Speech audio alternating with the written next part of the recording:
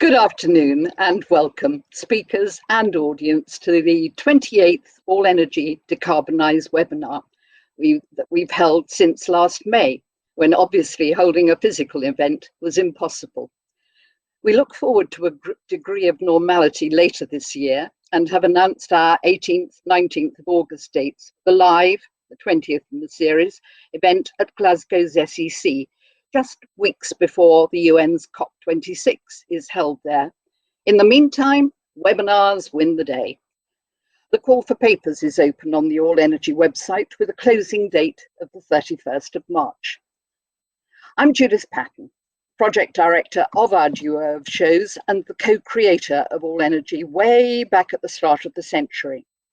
Today, over 340 of us meet for the UK Energy White Paper, a review of key points.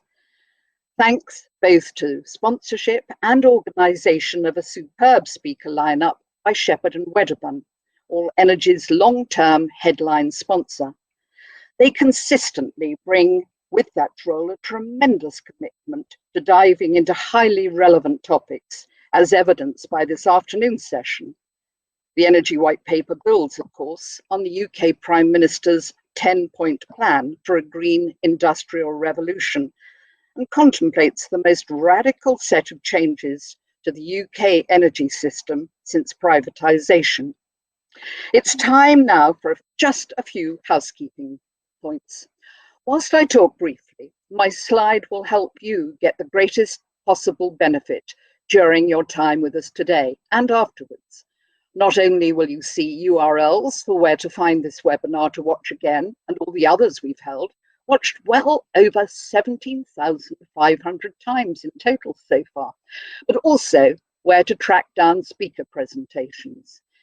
It's important that if you'd like to take part in the 3 polls that will be held this afternoon, ask questions, and do please ask questions, that you do so from a full screen. So you need to minimize in order to do that. This webinar will be available on demand not long after transmission, so spread the word to any colleagues who couldn't join us.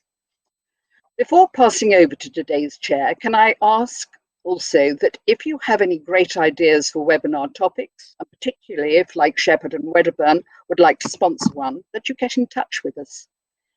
Now to today's session and its speakers. It's always a delight to have a Shepherd and Wedderburn speaker or chair on a panel, and today we have not just 1 or even 2, but 3 superb Shepwed speakers, all masters in their field. John Grady is chairing and will be introducing his colleagues shortly. Their full biographical details are on the All Energy page from which you registered. Let me therefore just whet your appetite by saying John is a partner in the regulation and markets practice and has extensive experience across electricity, gas and water markets, developed both in private practice and in-house at Scottish Power.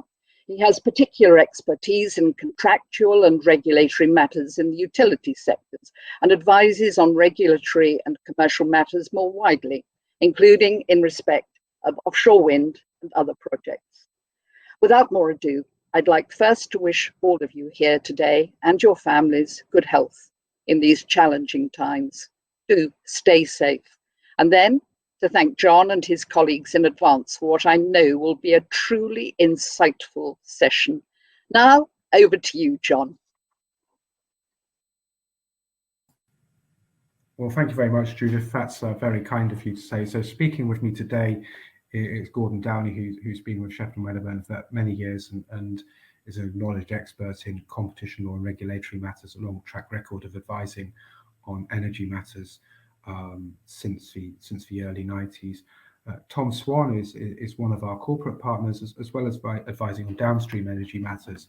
Tom's got a very active upstream oil and gas practice as well. And one of the key things that I think we'll touch on today, of course, is the role of oil and gas in decarbonisation, and also decarbonising oil and gas, because if you read the Climate Change Committee's reports, one of the key things that comes through and is unavoidable is that oil and gas will continue to need to be used for all sorts of things, pharma, chemicals, and so forth. So that's a very important part of a white paper, is how we navigate our industries at places like Grangemouth to a net zero future.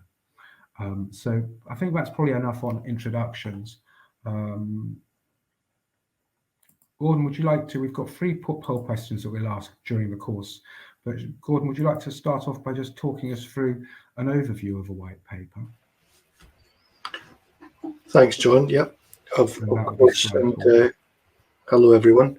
The poll questions are presently showing on the slide, and I think we may want to begin the first poll, but I will nonetheless talk a little bit about the white paper in overview to kick us off.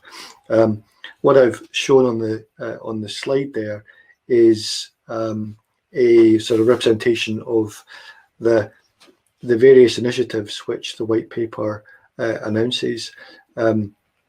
As I'm sure many of you will know, the white paper is sort of something of a Russian doll, in that there are a set of policy proposals in the white paper expressed at relatively high level. However, alongside the white paper, and indeed to follow the white paper, are a significant number of other initiatives, not only from BEIS itself, but also from a number of other government departments and agencies. And the slide gives you a flavour of what those are, and roughly when we might expect to see them. And I think that sort of exemplifies a key point for us all to sort of bear in mind about the white paper, which is just what a complicated exercise achieving net zero and delivering on the policy for net zero is going to be. If we look at the white paper in a sort of horizontal context and a vertical context, horizontally speaking, not only do we have BEIS promoting its policy proposals, but alongside BEIS, we've also got some very important actors at the governmental level. We've got the Treasury, which is clearly going to play an important role in relation to the financing of net zero. And there are initiatives which you will know are ongoing in relation to, for example, the Treasury's role in supporting zero carbon. There is also the Department for Transport. A key part of the net zero strategy is transport related. The transport decarbonisation strategy does not yet exist and will be governed by the DFT's policy proposals on that. DCMS will also be playing a role in relation to the smart perspective and the data perspective, for example, in relation to the regulation of smart devices. And last but not least, the devolved administrations also have a really important role to play in relation to the white paper. The Scottish Government, for example, has a parallel set of proposals which we won't go into, I think, today, but which also need to be brought into the mix. And then in a vertical context, not only do we have the UK government and its departments and the devolved administrations, but we also, looking up the way, have the European Union and the wider international community. So the proposals need to fit into the UK's new relationship with the rest of the world, notably the Trade and Cooperation Agreement and the provisions in that, with the EU27 dealing with the Green Agenda, and obviously the Paris Agreement, and Judith's already mentioned COP26, which is coming up. And then looking down the way, some critical points in relation to the role of local actors such as local authorities, other institutions such as the energy regulator, Ofgem, and obviously the private sector.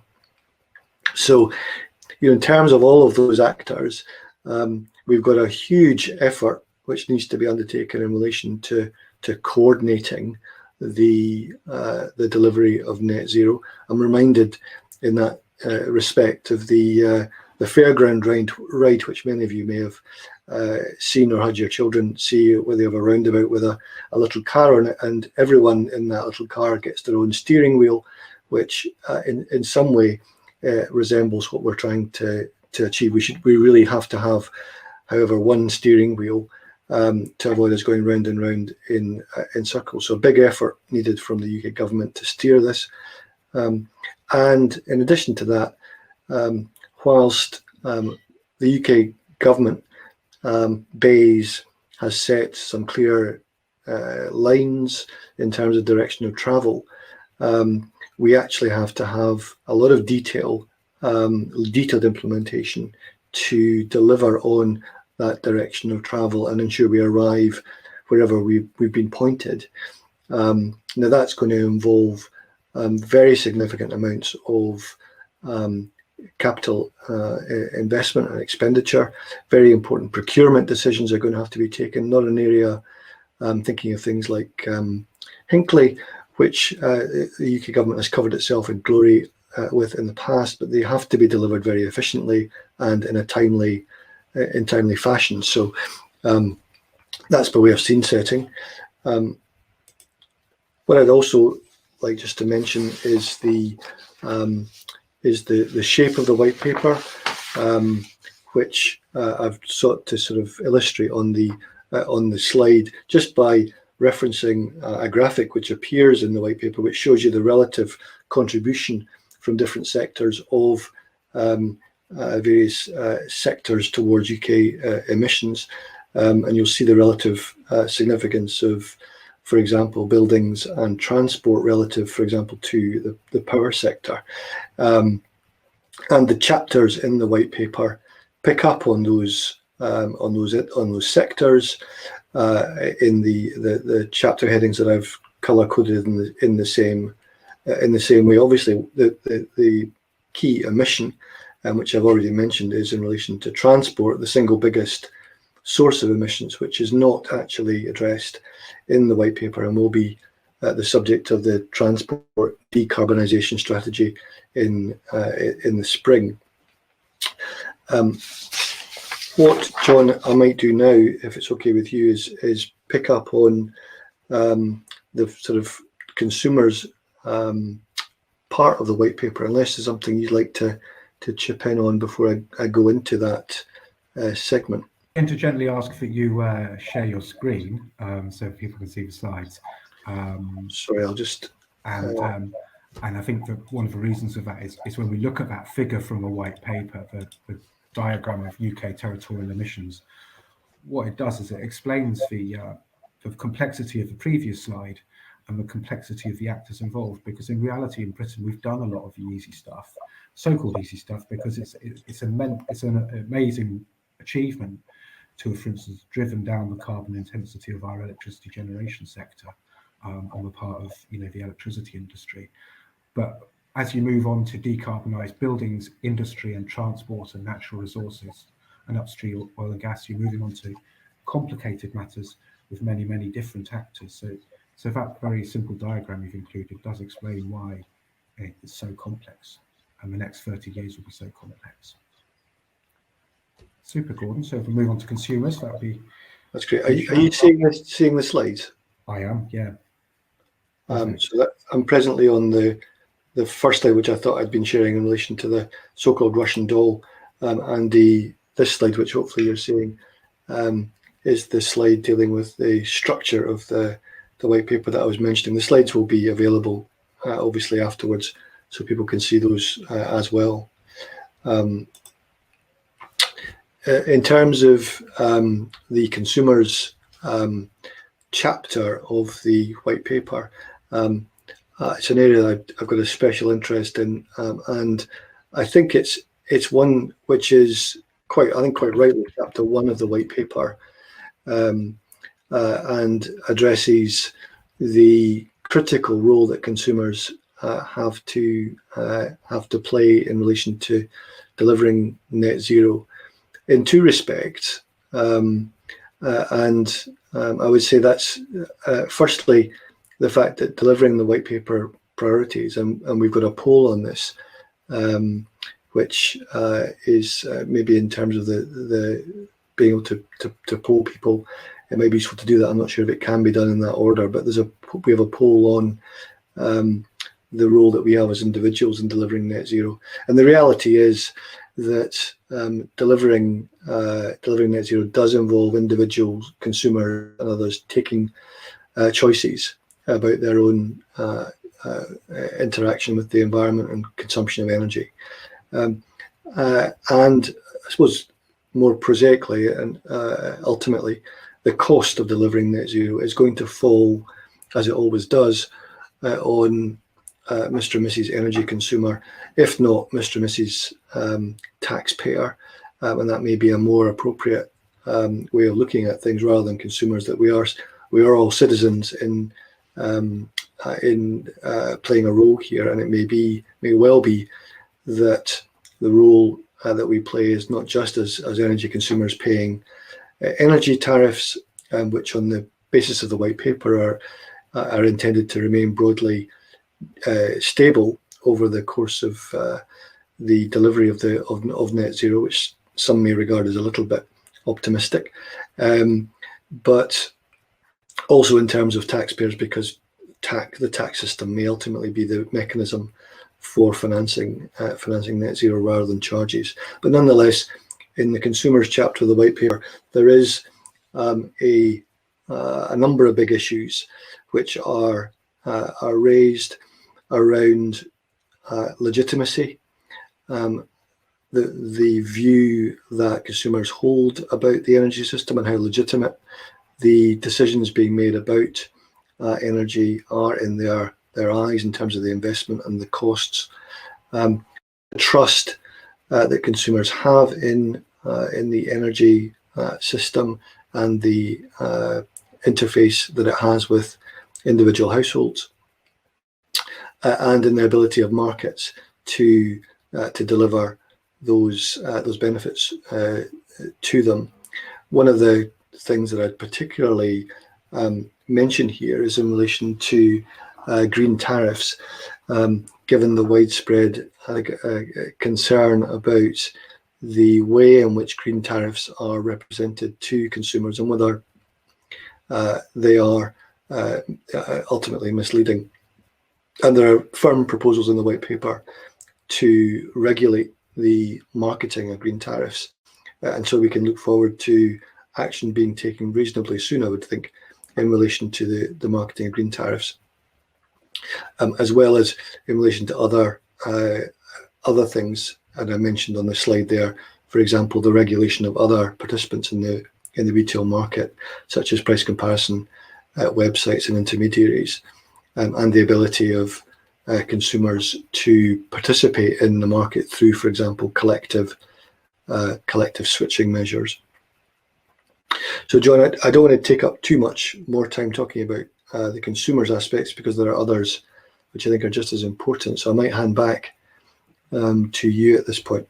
Yeah, super. Just a couple of points, really, Gordon, we might want to explore briefly. And first of all is just with your knowledge of the energy sector, how likely do you think it is that extensive time of use tariffs and innovative tariffs will be able to, if you like, set sail without encountering choppy regulatory seas? It's a very good question. I think one of the critical points there, again, subject I'm quite close to, is smart metering and the ability of us to achieve a substantial rollout of smart meters across the UK, because those are really enablers to the ability of suppliers to sell those sorts of tariffs. So I'm an eternal optimist, John. I think that we will see those products and services develop. They're already developing to an extent, but I think until we see a broader rollout of smart meters, and there are significant issues there in relation to customer engagement and the willingness of customers who are not mandated to have smart meters, but it's a voluntary thing to have them in their homes, then that is likely to be a significant challenge, as is as you'll know, the question of having half-hourly settlement and other mechanisms in the market infrastructure, which will allow these sorts of tariffs to be used. And I think the difficult thing looking forward is, of course, with time of use tariffs, some people will pay more and some people will pay less, depending on how they configure their energy use. I think another point just worth drawing out is how much this depends on technology as well to enable people to actually optimize their behavior. I have 2 young children. They so far haven't come into this seminar, which is good news. But, you know, I don't have a lot of additional time to go around switching things off and on, depending on what the smart meter is telling me the energy price is. Moving on then to the next slide, Gordon, if you may, to power. Sure. And there's a nice bridge between what Gordon's been talking about and what I'm about to talk about. Gosh, it's almost 20 years ago since I got on a train to Aberdeen to talk to some people about offshore wind and do my first bit of offshore wind work. And my main memory of that was thinking 10 to 6 is very early to be at Queen Street Station. But of course, we've seen a massive achievement in Britain in terms of the reduction in costs and the increase in efficiency from offshore and onshore wind and solar as well, of course. I mean, it is truly a great achievement. But it has, of course, come at a cost in terms of the subsidies that have been used to promote this. I don't think anyone could sensibly or seriously regret the amount of investment that the UK has put into offshore and onshore wind. It's something that's, as I say, a great achievement. But there is a question really as to whether that should have fallen on the electricity customer to pay for it. And as we move forward to this next wave of decarbonisation, who pays for decarbonisation, I think, is a very important topic.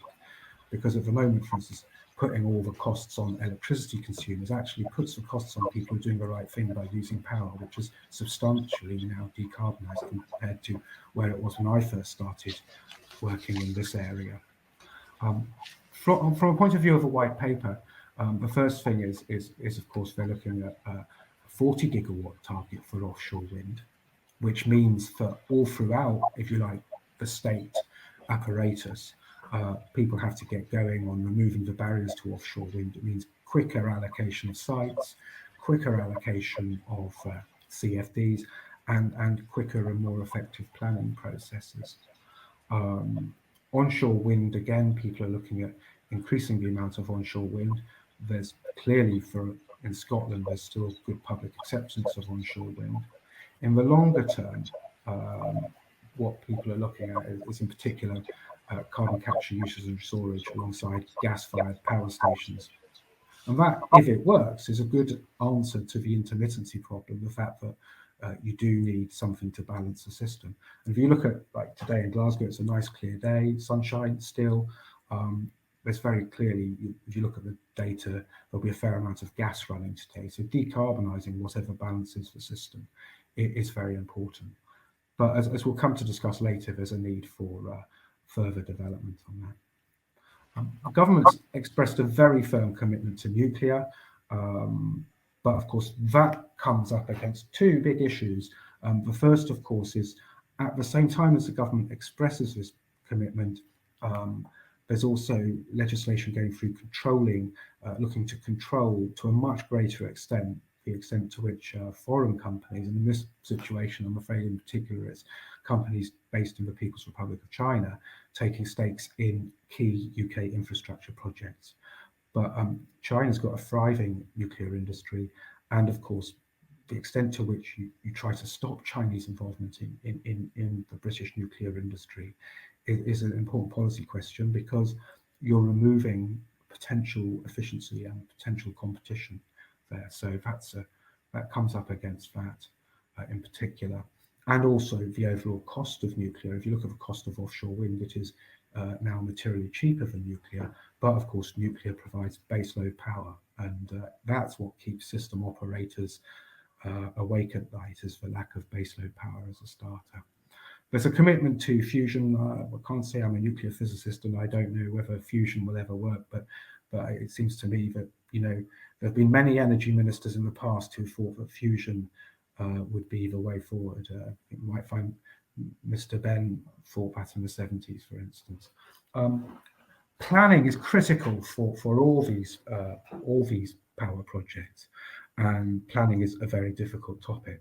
It's made more complicated, and it's a little illustration of the reach or the lack of reach of the Energy White Paper, because of course, for Scotland, for instance, planning's devolved to Scotland, and it's got the Scottish ministers that will consent or not consent large power stations, and it's not anything that I'm afraid the UK government ministers can do anything about. So whilst they will review planning in England, there's still a need to review planning in Scotland as well and look to speed up those processes. I think most people would agree with that. Shall we move on to the next slide, Gordon, which is on energy systems?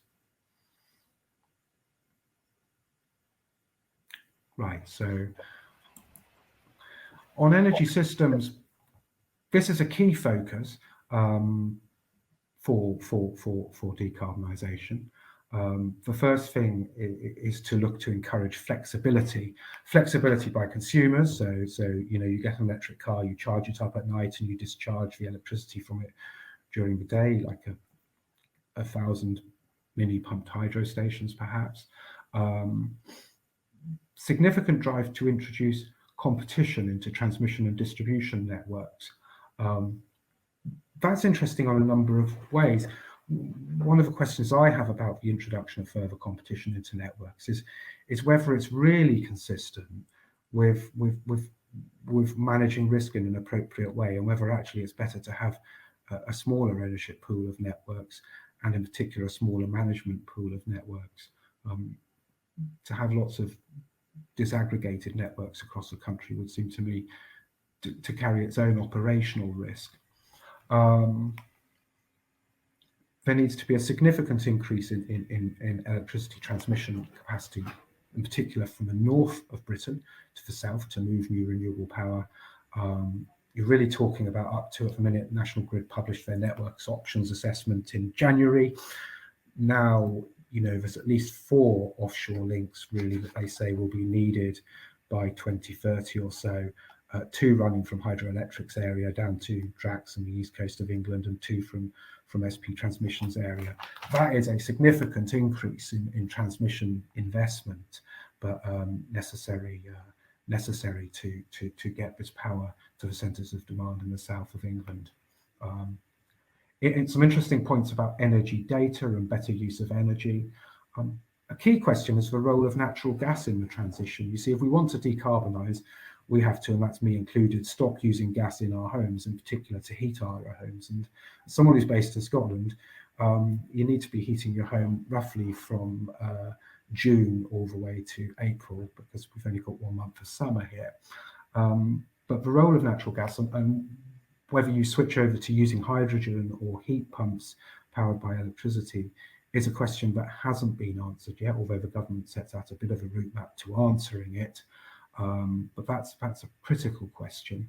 And finally, for the lawyers with us today, like me, institutions and governments, it's fair to say that in the electricity industry, if you look to a lot of the documents you read now, you can find the genesis, if you like, of those documents from the documents that were put together by firms such as mine at Privatization. So, for instance, the connection and use of system code, which is a lengthy document which is complicated to amend. You can see those terms in what used to be the master connection and use of system agreement. So the long and short of it is the regulatory architecture has grown a lot in the electricity industry and the gas industry. But it looks not dissimilar to a lot of the stuff that was there at Privatization. And it does seem to me that there is a need to review, first of all, how it's governed to make it more joined up, but also whether some of this can be rationalised in some way. So that's shall we move on to industrial energy? Just what I'd say as well is if we haven't done the last poll, we should do a poll as well. Let's talk about industrial energy then.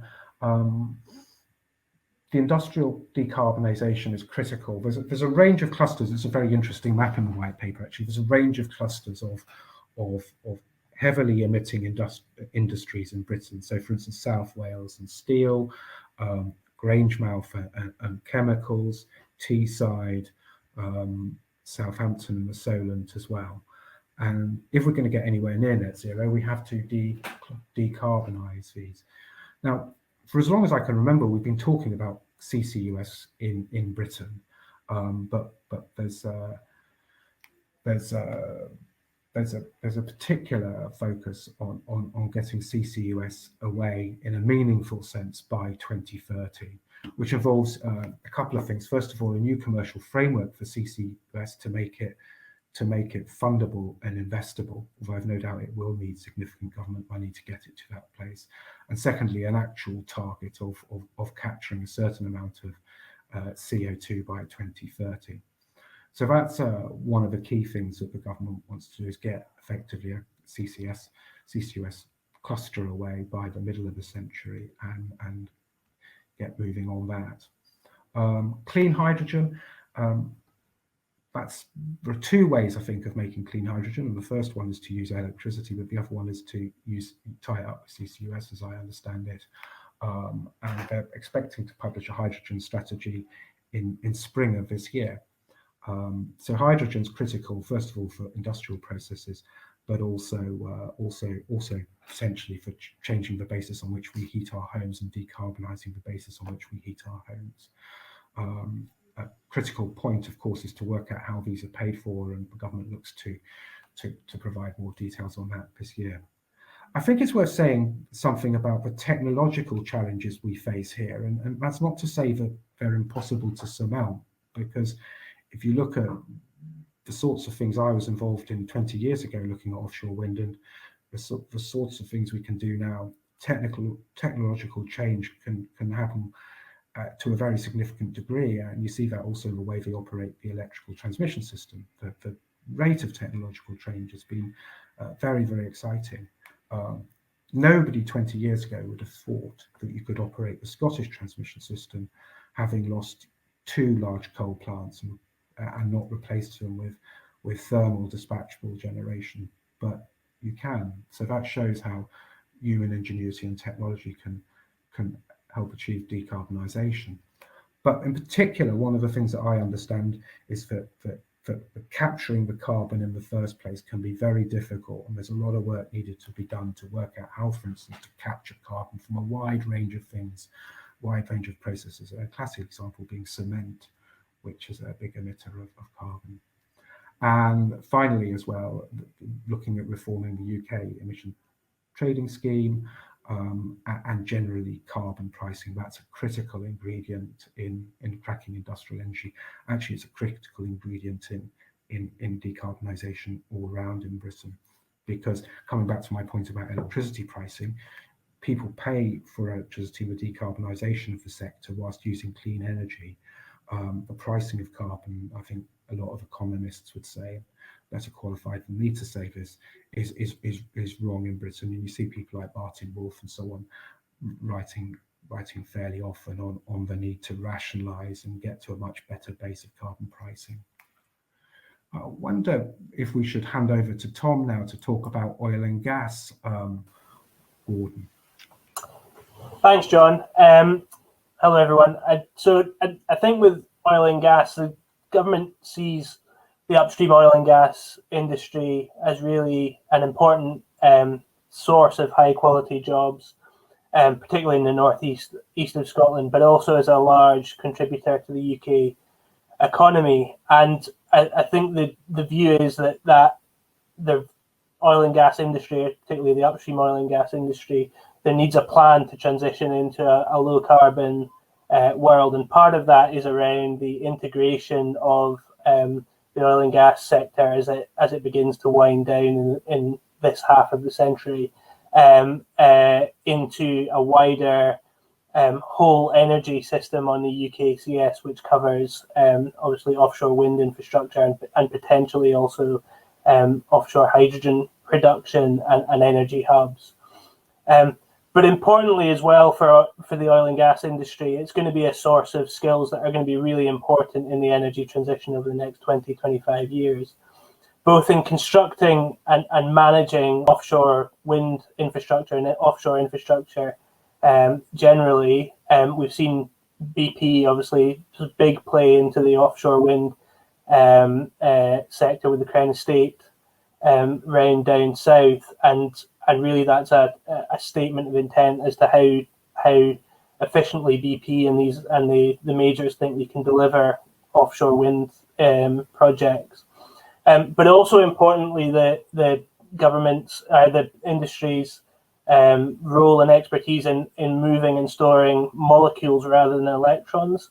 A lot of the energy transition is about the move towards electricity, but as John has mentioned previously, CCS and hydrogen are going to be pretty fundamental to reaching the net zero target by the middle of this century, and that's going to require expertise in moving molecules around. So what is it that the oil and gas industry needs to do in relation to the transition? Well, the first thing is really to try and reduce its emissions. It I think has 4% of the UK's total emission in terms of its direct Scope 1 emissions, so the emissions directly from its own activities. But the plan is to try and reduce that right down as far as possible. Now, those emissions come largely from two areas. The first is flaring and venting of gas offshore. That's necessary for safety and operational reasons, but actually 3% of the total gas produced in 2019 was released into the atmosphere through venting or burned through flaring, and that's a really significant proportion. And the other area of focus in terms of trying to reduce the upstream industry's Scope 1 emissions is on-platform electricity generation. So at the moment, principally gas generation of the power that these platforms need to work. That's obviously a really significant amount of power and therefore a really significant volume of emissions. So the white paper, it recognises the need to reduce these emissions if we want to get to a net zero business basin by 2050, which is really the ambition. So for platform electrification, the plan is, and there's the OGA and other regulators are working on plans to run wires directly from offshore wind farms or from shores to platforms. That's a really significant challenge given how old a lot of the infrastructure is on the UKCS now. But it could abate the production emissions from electricity generation on platform by about 40% in the next 9 or 10 years, which is a really significant number. And on flaring and venting, the ambition is again to get to a zero flaring and venting position by 2030, which is a really significant operational challenge. And the other ways which I think the UK government wants the sector to contribute to the net zero strategy is through support for CCUS and also potentially hydrogen production, really by repurposing the transport and storage infrastructure, and also by exporting skills abroad. And the UK, there are obviously significant skills on the UKCS which are capable of being exported in the transition, especially given the UK's, if you like, first mover role on transition. How is the government going to do this? What levers is it going to pull? Well, the first lever is the proposed North Sea transition deal, which is a sector deal of support from government for the sector, which is currently being negotiated with industry and aims to be finalised in the coming year. That's going to focus, I think, principally on providing support for CCS storage and transportation and hydrogen, and also on skills. The other lever, if you like, is going to be through regulatory pressure and a push from the regulators to get the sector that it regulates to take action. I think there's going to be a significant review of the oil and gas licensing regime, which is going to focus on environmental issues in particular. This year, the Offshore Petroleum Regulator for Environment and Decommissioning, or OPRED, which is part of BEIS, which regulates the offshore environmental and decommissioning regimes, is also going to be reviewing environmental standards in order to try and drive those up within the industry. Perhaps more importantly are the actions that the Oil and Gas Authority, or the OGA, are going to take. The OGA is the licensing authority for oil and gas exploration and production and upstream infrastructure, and it's the one that actually issues the flaring and venting consents. But it's also the licensing authority for offshore carbon capture and storage. And the OGA published a revised OGA strategy just a few weeks ago. And the OGA strategy is really the second version of what was previously called the MER strategy, or the Maximising Economic Recovery strategy, which was originally adopted in response principally to a concern over early decommissioning of oil and gas infrastructure, which would result in leaving stranded oil and gas assets and oil and gas in the ground. And what they've really done in relation to the OGA strategy is to add steps that are going to be required to be taken by operators of offshore infrastructure into the OGA strategy, and expectations of what those operators are going to have to do going forward in order to achieve net zero. And that's really important, because the OGA strategy isn't just a strategy, it's not a policy document. It is actually legally binding on both the OGA and on operators, and the OGA has powers to fine operators if they don't comply with the expectations in the strategy, and can, in extremis, revoke licenses for breaches. So the strategy, changes to the strategy, I guess there are two buckets to that. The first bucket is what they change to what they refer to as the central obligation, which used to be just an obligation to secure the maximum value of economic recoverability of oil and gas from the UKCS. But now a second leg has been added, which is to take appropriate steps to assist the UK government to meet the net zero target, including by reducing flaring and venting emissions and by supporting CCS. And that central, sort of more general obligation is backed up with various supporting obligations in particular areas such as decommissioning, asset stewardship and governance. And those supporting obligations include sort of obligations to consider repurposing of existing infrastructure at the end of life, which is now much more explicit than it used to be, and to encourage and use the technologies to reduce greenhouse gas emissions from their activities, and to enable CCS and hydrogen generation. So there's actually a positive obligation now to develop these technologies where appropriate. So I think that's a sort of brief summary of where the government thinks the oil and gas sector can contribute to net zero transition. And really, I suppose the aim, as I said before, is to try to get to an integrated basin on the UKCS in terms of energy technologies by the 2030s, 2040s. I don't know, John, do you want to finish up? Super, thanks, Tom. And one of the things about CCUS and repurposing infrastructure and so on is, and new infrastructure is I think a lesson from the gas and electricity sectors is the importance of a long-term stable regime in particular, which gives investors appropriate returns. And that's something that I think we have to be very, very careful with. At the moment, there's a real focus on rolling out the model that's used for network businesses in the UK have a regulated asset-based model to, for instance, support some aspects of CCUS or nuclear. And it's important that the regime as a whole is operated in a careful and stable way, that means that investors can have long-term confidence that they'll get adequate returns on their investments. Theme one, then let's wrap up with some themes and then wrap up on the polls as well. So I think most people would say that the UK offshore wind industry is an amazingly successful industry. What are the obstacles to meeting the 40 gigawatt by 2030 goal? It's worth thinking, that's 40 gigawatts is effectively,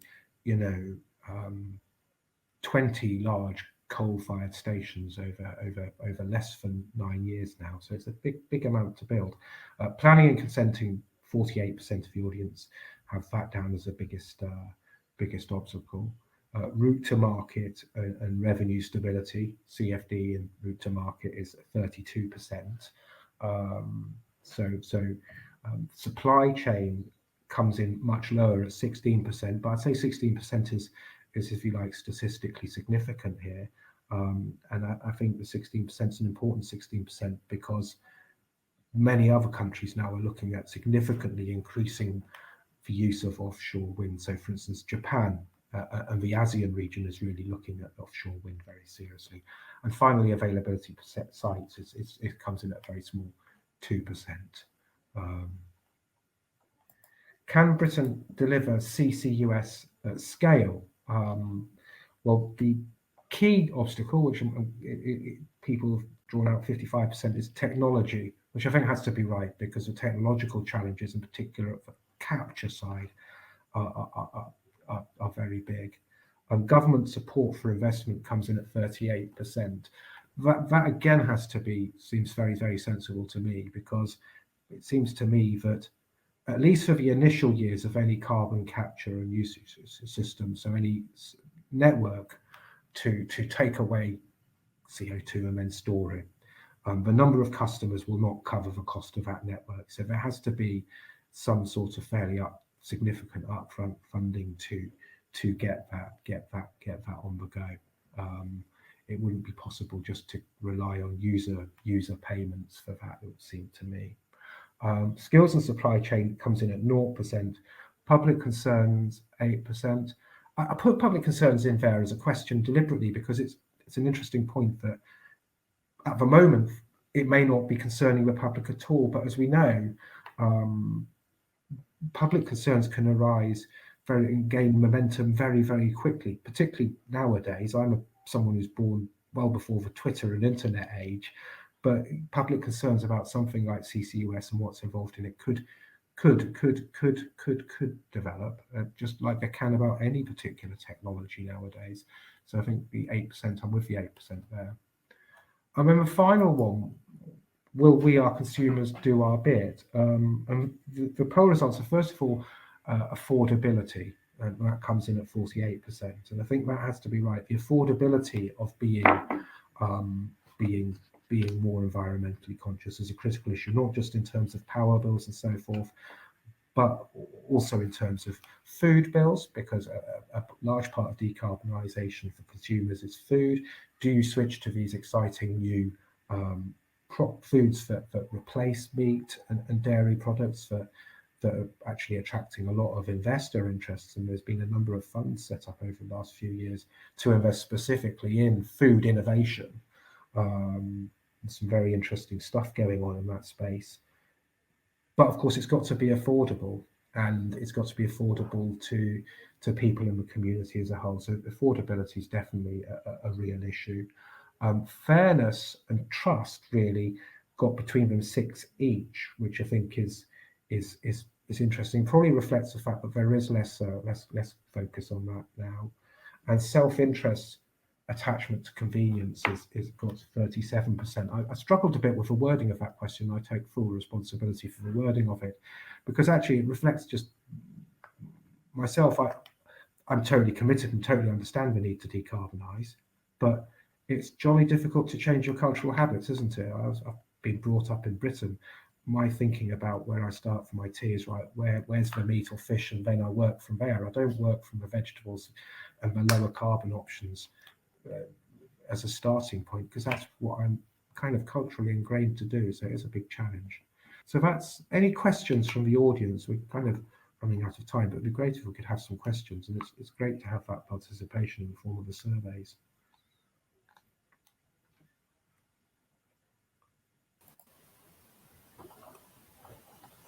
So let's see, I'm just seeing if there's any questions coming through.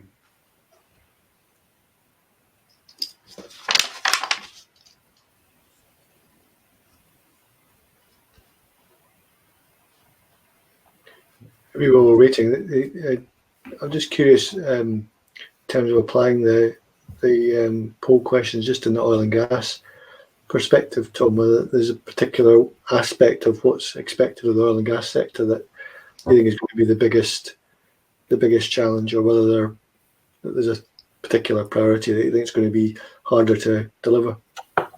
So, I mean, the operational ones are, flaring and venting and platform electrification there are obviously going to be challenging. But I think that when you look at how you're going to repurpose infrastructure assets, pipelines and what have you, and wells as well to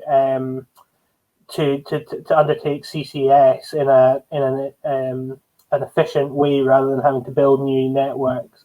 That's a really interesting challenge, especially given the age of some of this infrastructure on the North Sea. So I think that's where some of the operators, especially the bigger operators, is going to be their expertise is going to be really important.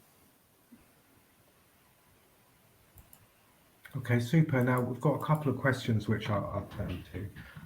First one is really about the real, which I'm going to slightly duck, I'm afraid, which is about whether CCUS truly has a credible role in decarbonisation over the next 30 years. And I'm not going to duck it. What I'd say is that it's quite clear that, for instance, the Committee on Climate Change, led by Lord Deben and Chris Stark, have looked at this very closely, and they see it as very important not to get away from the fact that things like transport need to just be decarbonised beginning and end, but there are things like pharmaceuticals that we rely on that are very difficult to decarbonise entirely. And I think the other thing that the Committee on Climate Change projects is, in order to get to net zero, we have to actually use technologies such as bioenergy and carbon capture and storage, and that's where they see a key role for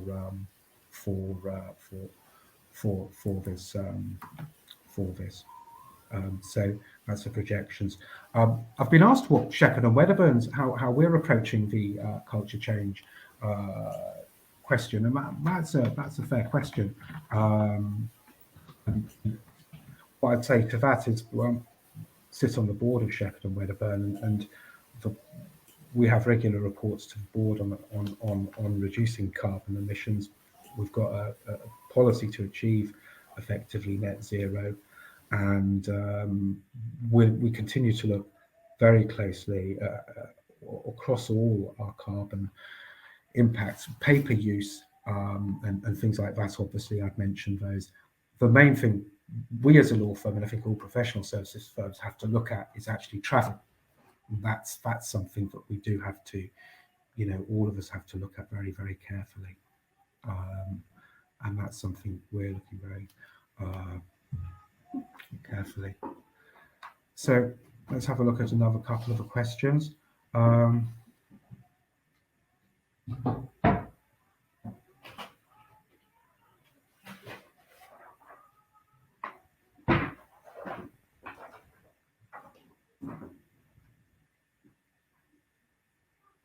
Is there political consensus, distilling down one of the questions, is there political consensus around the need to achieve net zero?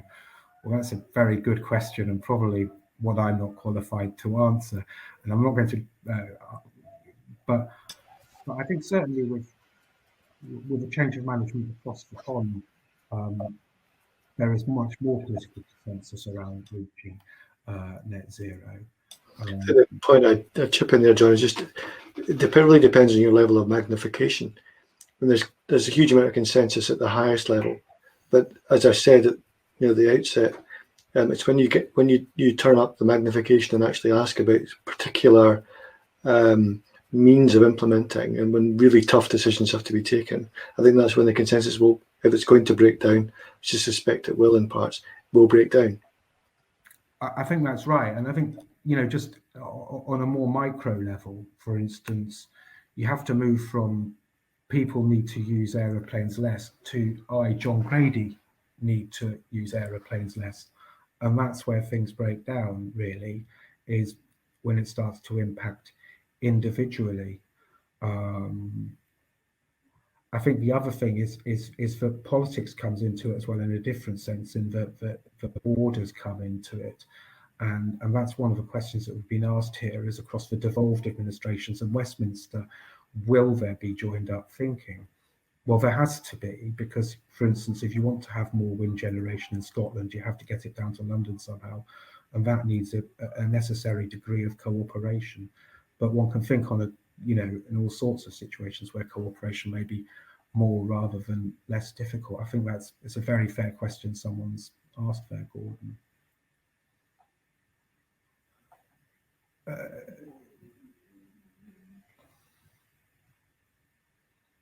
We're asked here about solar power and offshore, and using the offshore industry as regards creating hydrogen for replacing gas in the network.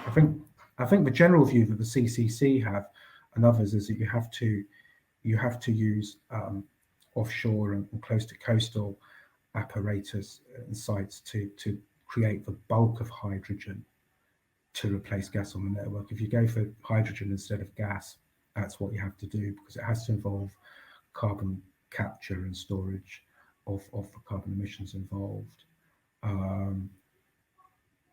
And then a great question here on EV charging in high density housing, tower blocks or tenement flats. You think about, say, Bloomsbury in London or the West End of Glasgow or Edinburgh. That's a super question.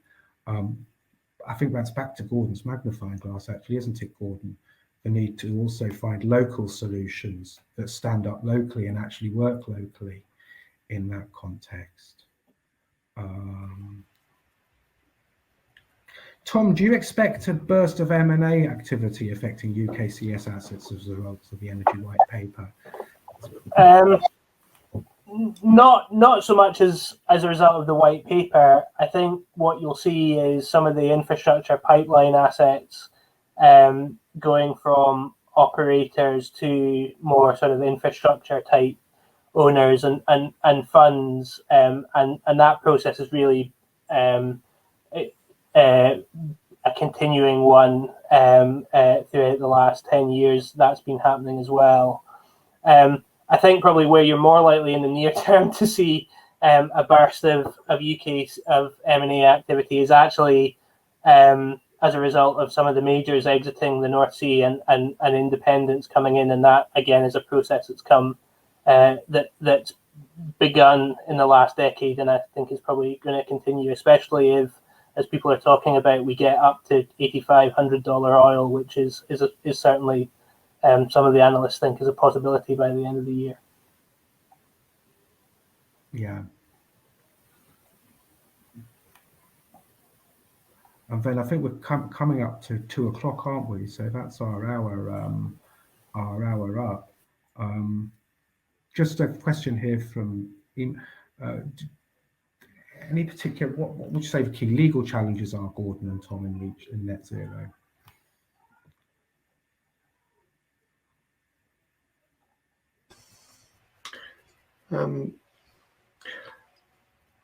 I think it's perhaps not a legal challenge in the narrow sense, but I think one of the really difficult things from a legal perspective is going to be legislating for this, because I think that, as I mentioned at the outset, we've got a lot of different actors involved, and the potential for, if it's not well coordinated, a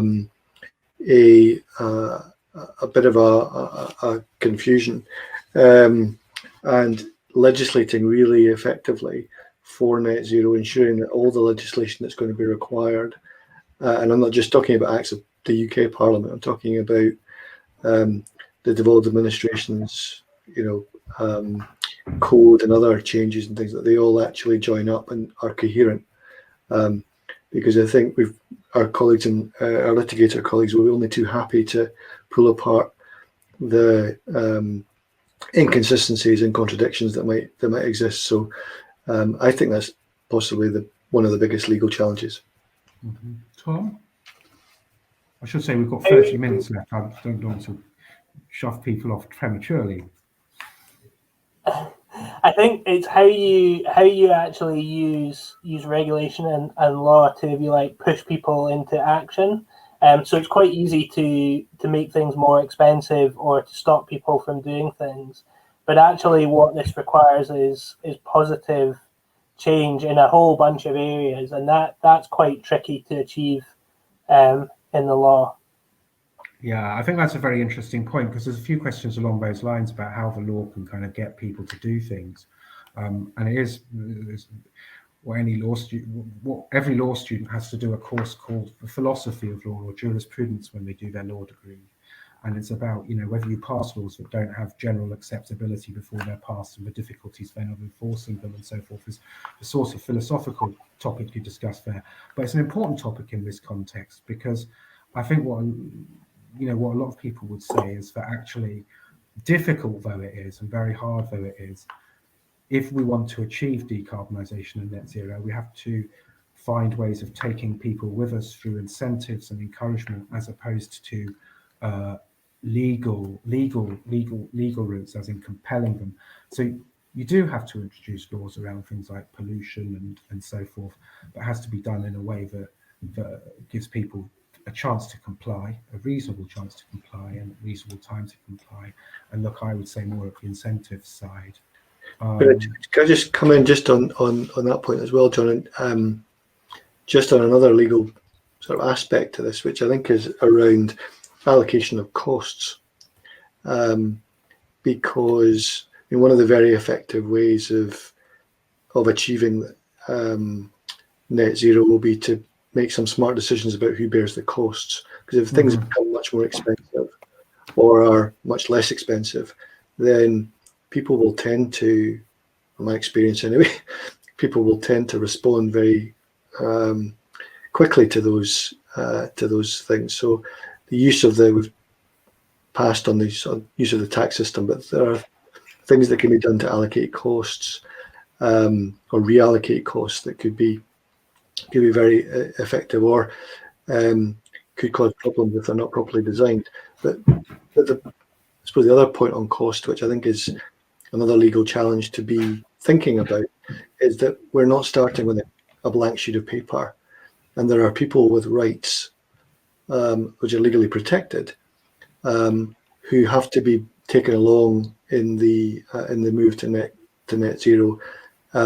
And I think there will be some significant questions about how those existing rights are managed, how they're bought out or neutralised or translated into any new regime, so that claims for example, for compensation are properly managed. Yeah, I think that's a very good point, Gordon. I think one of the points that engages the whole concept of a just transition, which is enshrined in the clean energy package from a European legal point of view, of course. But it's not only property right holders, but if you don't take that approach more generally, what happens is people will vote in ways that vote against the clean energy transition. And there are, parts of Europe, for instance, that are heavily reliant on coal still, for instance, Poland. And how you navigate areas like that away from being carbon intensive to a net zero future is actually a very important, very difficult question, but something that has to be got right. A comment here is pointing out that CCS itself is proven technology, in that the Norwegians have been capturing and storing CO2 at Sleipner for 25 years, and also, of course, it's got a history in the US of A as well. I think my understanding, cause of my understanding from the audience comment, that it's more of a capture, and then how you pay for it that's the issue. Next question is challenges around carbon pricing. Tom, can you see any challenges around carbon pricing from a legal or other point of view? So obviously there's been some discussion around this in relation to the UK ETS, which is I think the government have come out in relation to a new emissions trading scheme to replace the old European one, and as opposed to a tax regime. I think carbon pricing is obviously pretty fundamental because that's what creates the incentives to either reduce your emissions or to move towards carbon capture if you can't reduce your emissions. So that's probably a pretty fundamental thing to get right. Yeah.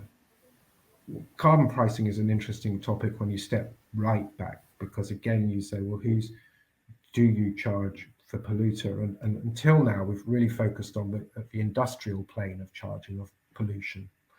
And the question is, and it's a question I'm sure Mr. Sunak and many finance ministers are engaging in ministries of finance across the world, is whether actually you have much more focus on end user carbon taxation. And there are two reasons for that. First of all, if you should tax bads rather than goods is a piece of economic theory that people would say is generally correct.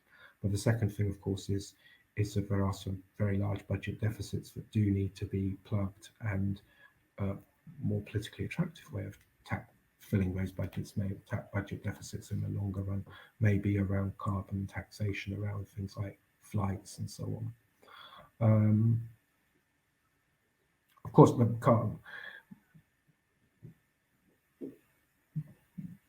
One of the points here, Gordon, that's an interesting one. Gordon and Tom is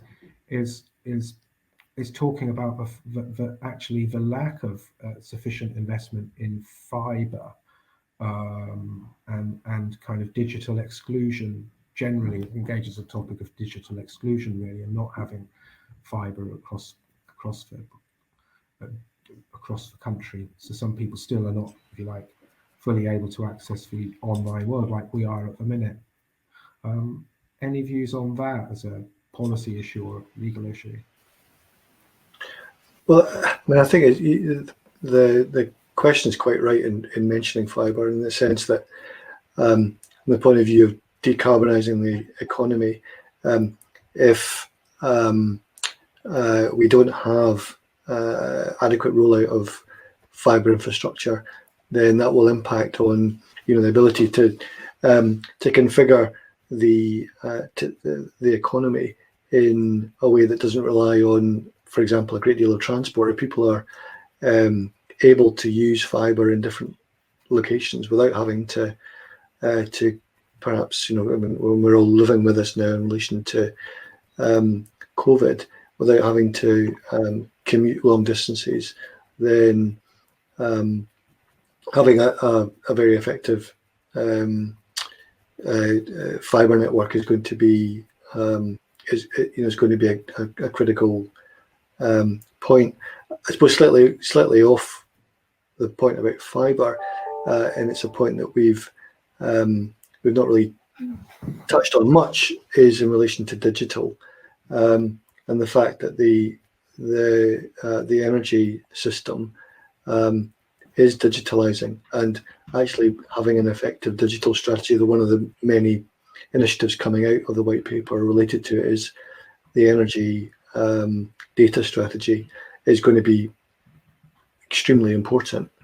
I mentioned the question of existing rights.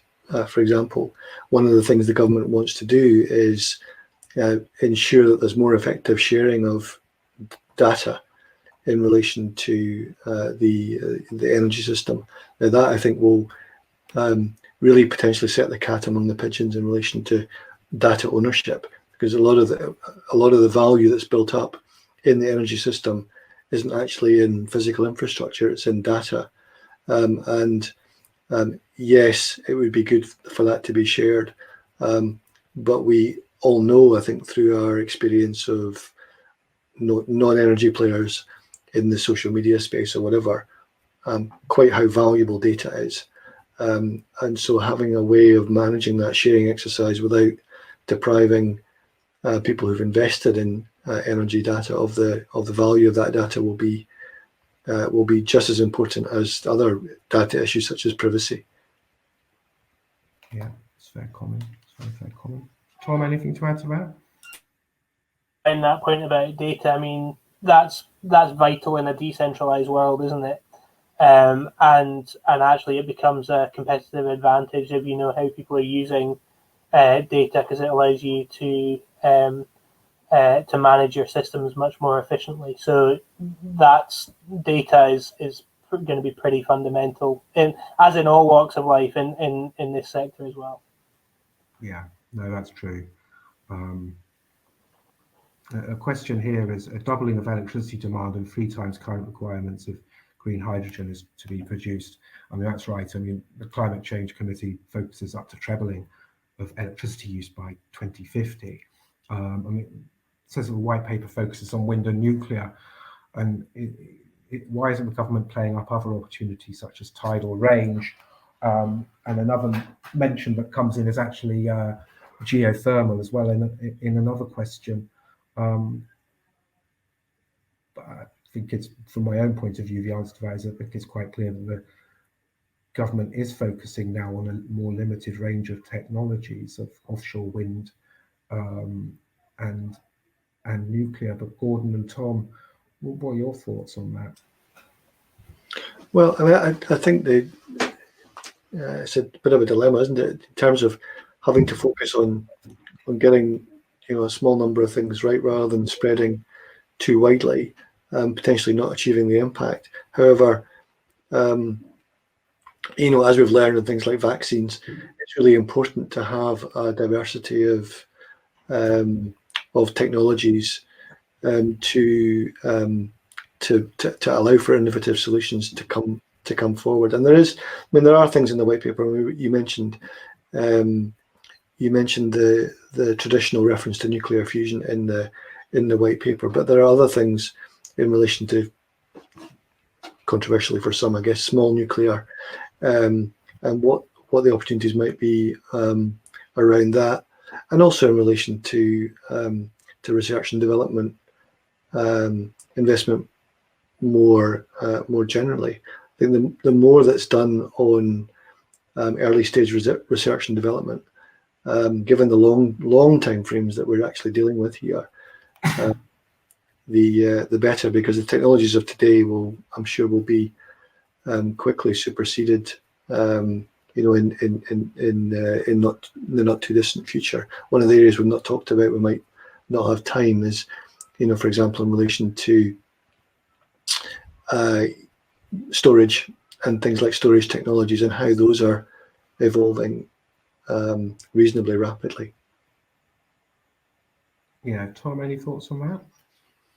Yes, with some of the floating and tidal, those the paper is obviously looking at the quick wins in the next 10, 15 years, and those technologies probably aren't quite ready to be commercially deployed at scale yet. And so although there's a little bit on support for these sort of emerging technologies, I think probably the focus on the big technologies that are going to get us some of the way there, or most of the way there, hopefully in the next 10 to 15 years is probably understandable. Yeah, no, I think that's right. Here's a question. This is a great question. Let's cut to the chase. Each of you confident that the white paper will really result in success? I'm quite happy to go for an answer for that, is to say, I don't know, but I'd subscribe to the view that we've got to try and get to net zero and try as hard as possible. But I think that the key point is actually in the individual smaller ingredients of delivering this, which is the big challenge. And I think the other key challenge is just the scale of activity that's required to achieve net zero, or even get us on the way to 2030. So another fair question here is, CCUS at scale by 2030, but we're in 2021 and we haven't agreed the business models.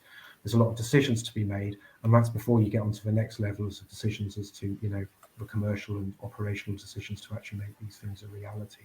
There's political decisions that still need to be taken. I mean, Tom, what would you say? Can we achieve what the white paper wants to achieve, say by 2030? Yeah, I'm not sure the white paper. I'm not sure the white paper is the sort of you know, this kickoff of a bunch of activity that has already that just hasn't been happening. If you look at the white paper, a lot of it is reference to planned activities that are either ongoing or that were going to happen anyway. And what the white paper seeks to do is just draw that all together in a larger strategic vision, if you like. The thing that I guess I'm encouraged by is the level of support that the government is thinking about in terms of developing these new industries and these first of a kind projects. If you look, for example, at CCS, you know, and you read the business models paper that they put out in December, and also the consultation they put out in actually bringing these first two clusters through by the mid-2020s, it's pretty clear that they are actually willing to put a lot of money and a lot of support behind those initiatives, and you know, there is all peppered all over that business models paper is our statements around, you know, if the government has to take risk, then it'll look at that. And if it's the government's best place to take risk, then that's absolutely what the government's going to do. So that feels like a real step change. If you think about CCS and back to that £1 billion that was available or supposedly available for project back in the mid 2000s, you know, that's a bit of a different step change in terms of the level of support that you're going to see coming through. Yeah, Gordon. I'm perhaps a bit more pessimistic, I think, than others. I mean, John, you mentioned another white paper in your remarks, which was the privatisation white paper, which we both remember when we were starting out at the start of the 1990s. And privatisation, whatever one might think about that in terms of philosophy, achieved certain benefits, and it was a very clear policy. And compared to this white paper, a very simple policy in terms of introducing private sector capital and expertise into the sector and use that to drive out inefficiency. This is on another level in terms of complexity. And not only that, it's something which I think we all recognise can't be achieved by the UK alone. It's something that is going to require, and Judith mentioned COP26, is going to require very significant international coordination. So I think there's a lot that can be achieved in terms of the initiatives described in the white paper. But I suppose that there's always room for a pessimist in the room. I think I'm a little bit more in the glass half empty school in terms of delivering. Yeah, we've got two questions here, which I think actually are great questions about the challenge, not just of a white paper, but the wider challenge. And the first thing is, should changing the diet of our population and reducing animal agriculture not be a main component of this white paper? And the second one is public perception on clean energy, and notes that whenever there's an electricity supply interruption, there's a race to blame renewables. Would more investment in public engagement pay off? And I think it goes to a key theme, I think, of what the three of us have been discussing for a long time now, since before the white paper, is to move on with decarbonisation to the extent that we must involves taking the public with you and significant public engagement. But it also involves, and I just look at myself here, I myself and everyone else has to change their change their habits, and quite radical changes in behavioural habits can be very difficult to achieve. I mean, a simple example, I remember getting the train up to the northeast of Scotland, where my gran lived on the Moray Firth coast, when I was a child, and nobody thought that offshore wind farms would be an important part of that economy then, but they are now, of course. But you could, on every single intercity 125 from King's Cross to Aberdeen, half the carriage was allocated for smokers, and the other half of the carriage wasn't. And of course, until very recently, comparatively, you could go into a pub and have your pint and have a cigarette as well. Now, if you were to say to someone kind of who's just starting off as a lawyer now, or starting off as a graduate trainee, or this is how it used to be, they'd look at you and think you're crazy, that was how we used to be. But the success of those changes, and they have had a big public health success, is because there's been a significant amount of public engagement. And I think that's one thing that the government has to, and policymakers have to look at very carefully, is how we really engage the public in this. I think it's the most interesting bit of this, the most challenging bit. But if we get that right, then that's, to me, the key ingredient for success. I think you used the word legitimacy earlier, Gordon, and it's all about legitimacy and public acceptance, I think. Because yes, if you decarbonise animal, food, that's a material part of it. There's no avoiding the fact that what we have on our plate makes material contribution to global emissions. But there are also links to the sorry to interrupt you, John, but links to the international piece as well in terms of carbon emissions. And one of the things that I guess a carbon tax would start to address is embedded carbon within imported foodstuffs. It's all very well dealing with emissions at the UK level, but if highly emitting activities are driven offshore, and the embedded carbon within those imports isn't really addressed, that we're not really going to make much progress. I think that's very true, and this brings us on to the next question. Very good point here, which is it's been suggested we could have an increasing travel tax for individuals depending on the frequency of flying, an increasing tax on commodities. I guess where that takes you to is the same sort of space where you're saying, well, actually, you have to find taxation, ways of taxing and disclosing to consumers the carbon impact of their choices. And that includes me, for the avoidance of doubt. But also, it has to go all the way through the supply chain, because of course you can offshore carbon production in reality. So we've reduced carbon production in the West End of Glasgow, or carbon emissions, but that's because all the carbon emitting stuff's done across in Edinburgh, and that's something as well. So counting the carbon through the supply chain is something. Carbon accounting is very difficult. I don't think it's been cracked, and I think that's something that there needs to be as well. A bit like your points about, Gordon, the mis-selling around green tariffs and so on, or misrepresenting whether something's green or not. An important part of that is understanding the entire carbon cost of a product that someone was buying in a supermarket or online or whatever. I think that's a critical piece. A different question here: any thoughts on the paltry references to onshore wind and solar, and whether they should be doing more heavy lifting?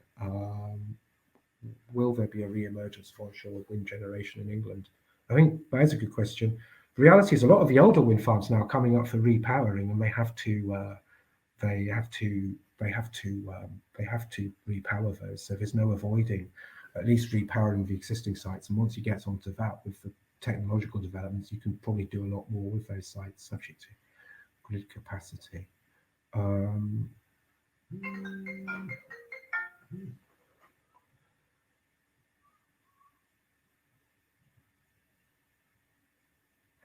just looking for other questions here.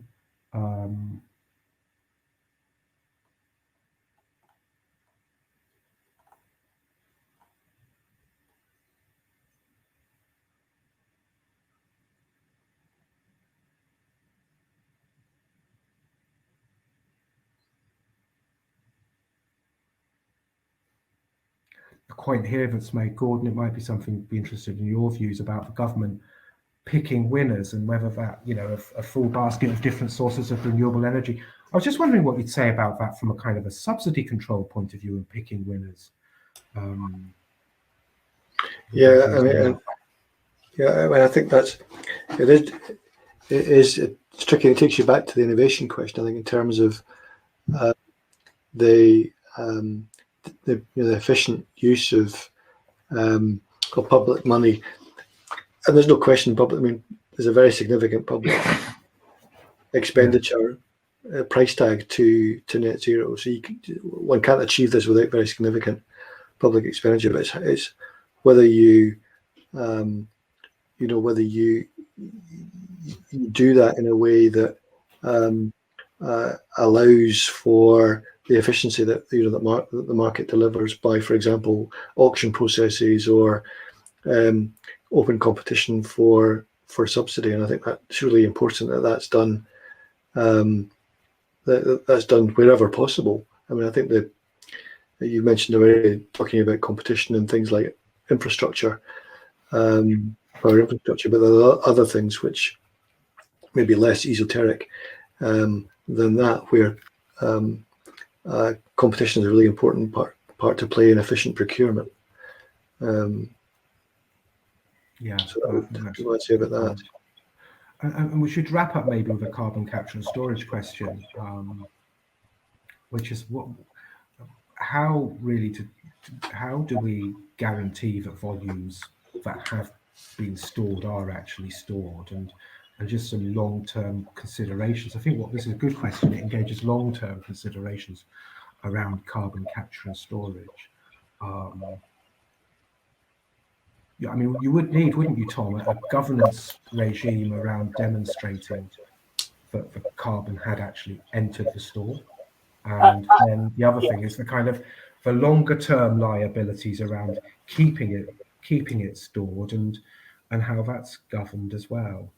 Yeah. So on the first point, I guess that's that the government are principally looking to deal with if you like, measurement through the instruments that they're going to use to deliver the subsidy. So for gas power, that's going to be a dispatchable power agreement similar to a sort of CFD, and then there'll be another type of contract for industrial capture.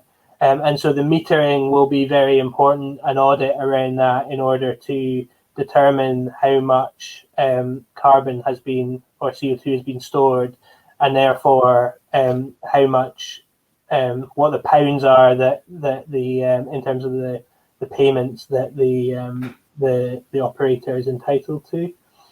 On the second point on leakage, this point has been raised before around how you deal with leakage in a store that's been, if you like, filled up, and then the well having been sealed and abandoned, or plugged and abandoned. And I think the idea is that at some point that is going to have to be handed back by the operator to the government, and the government at that point will take risk in it.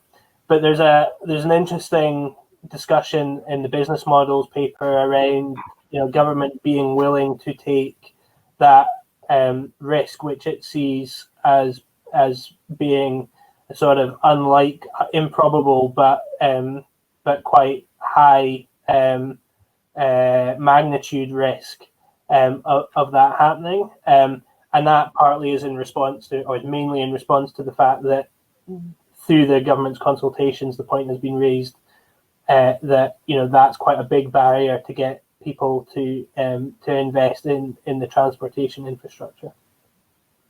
Yeah, it will be that kind of long tail risk.